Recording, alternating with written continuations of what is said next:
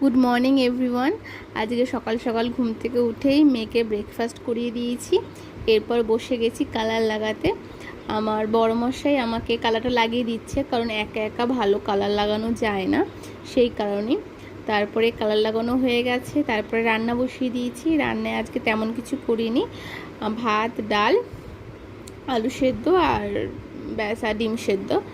আর সে একটু বাইরে গেছিলো ফ্ল্যাটে, তো সেখানে একটা আন্টি তাকে 3টে বেলুন দিয়েছে। দেখো কালারটা বেশ সুন্দর লাগানো হয়েছে। তারপরে আমি বিছানাটা গুছিয়ে নিলাম, তেনাকে স্নানও করিয়ে দিলাম। স্নান করে দিয়ে তিনি এবার চলে এসছে বাবার সাথে পুজো দিতে।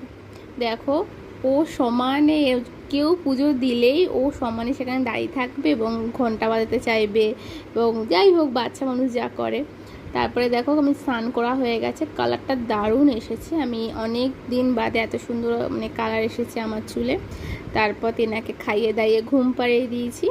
ততক্ষণে বিকেলও হয়ে গেছে, বিকেলে 2 কাপ চা নিয়ে বসে গেছি। আর এই দুষ্টু বুড়িটা এখন খেলনা নিয়ে খেলছে। আর কেউ কিছু খেলেই এমনভাবে ঝাঁপিয়ে পড়ে যেন কত খাবে, কিন্তু নিজের খাবার বেলা একদম না, নিজের খাবারটা একদম খেতে চায় না। কি করছো তুমি? এগুলো কি মা, এগুলো কি? আচ্ছা এটা কি বলো তো, এটা কি? এটা কি বলো, এটা কি?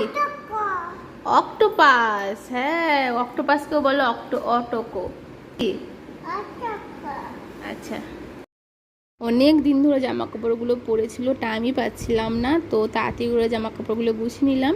তারপরে একটা পার্সেল এসেছিলো মিশো থেকে, সেটা ওপেন করে নিলাম। বলতেই পারছি না। বসো চেয়ারে, বসো বসো।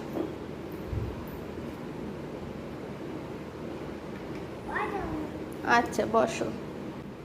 চেয়ারটা ভালো ভালো। আচ্ছা, কোথায় ম্যাও, কোথায়?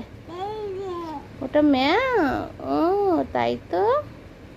কি হলো? মাংকি খোঁজ, মাংকি খোঁজ। কোথায় আছে মাংকি খোঁজ? এখন ওকে ঘুমাতে নিয়ে এসেছি, এখন বলছে যে বই। তো ঠিক আছে, বই দিলাম, বইতে সে মাংকি খুঁজছে। আমি বললাম ঠিক আছে, তুই খোঁজ তাহলে মাংকিটা। পেয়েছো খুঁজে মাংকি? ভেরি গুড, ক্ল্যাপ করো ক্ল্যাপ করো। হ্যাঁ মাংকি।